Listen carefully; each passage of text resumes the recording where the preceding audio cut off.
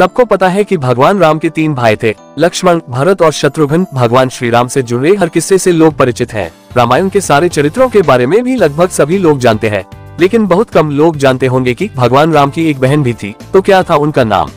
क्यों रही वो हमेशा गुमनाम? वीडियो में लास्ट तक जरूर बने रहे, जानेंगे इन्हीं सब सवालों के जवाब। आपका इस टोटल फैक्ट्स फंडा चैनल में स्वागत है। अगर आप पहली बार आए हैं तो चैनल को एक बार सब्सक्राइब और लाइक जरूर करें। मैं हूं आपका दोस्त और भाई धीरेन्द्र राघव चंदेल।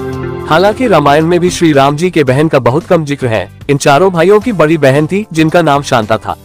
शांता का जिक्र रामायण में भी है। वह राजा दशरथ और कौशल्या की बेटी थी। शांता का विवाह ऋषि श्रृंग से हुआ था, आजकल के सेंगर राजपूत, जो कि इन्हीं के वंशज है, जिन्हें एकमात्र ऋषि वंशी राजपूत कहा जाता है। तो कहानी यह है कि शांता महाराजा दशरथ और कौशल्या की बेटी थी, जिन्हें अन्य देश के राजा रोमपद और कौशल्या की बड़ी बहन वशिनी ने गोद लिया था। वशिनी की कोई संतान नहीं थी। एक बार वशिनी अपने पति के साथ अपनी बहन से मिलने अयोध्या आई थी। वशिनी ने मजाक में शांता को गोद लेने की इच्छा जताई। वशिनी की ये बात सुनकर राजा दशरथ ने उन्हें अपनी बेटी शांता को गोद देने का वचन दे दिया और इस तरह शांता देश की राजकुमारी बन गई। शांता के बाद राजा दशरथ की कोई संतान नहीं थी। वो एक पुत्र चाहते थे जो उनके राजवंश को आगे बढ़ाए। उन्होंने ऋषि श्रृंग को पुत्र कामेष्टि यज्ञ करने के लिए बुलाया, जिसके परिणाम स्वरूप राम, भरत और जुड़वा लक्ष्मण और शत्रुघ्न का जन्म हुआ। शांता को वेद, कला और शिल्प का अनूठा ज्ञान था। वह बहुत सुंदर थी। एक दिन राजा रोमपद शांता के साथ बातचीत में व्यस्त थे, तभी एक ब्राह्मण मानसून के दिनों में राजा से खेती में मदद मांगने आया। रोमपद ने ब्राह्मण की याचना पर ध्यान नहीं दिया। अपनी उपेक्षा से नाराज ब्राह्मण वहां से चले गए। वर्षा के देव इंद्रदेव भी अपने भक्त के इस अपमान से नाराज हो गए। इसलिए मानसून के मौसम में वहां बहुत कम वर्षा होती थी। सूखा पड़ने से वहां हाहाकार मच गया।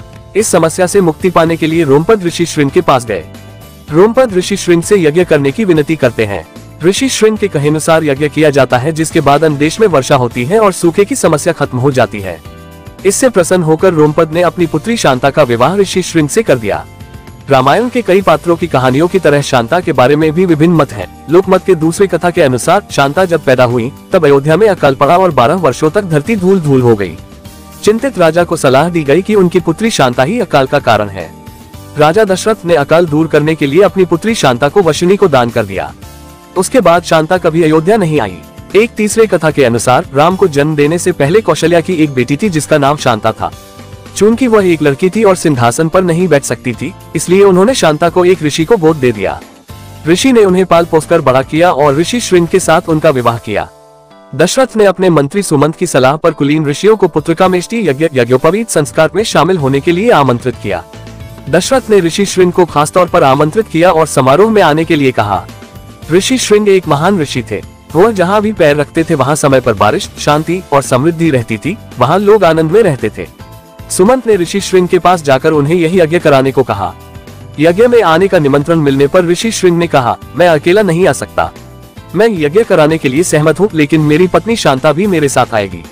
वह भी ऋत्विक के रूप में कार्य करेगी। सुमंत इस शर्त को मानने के लिए सहमत हो गए।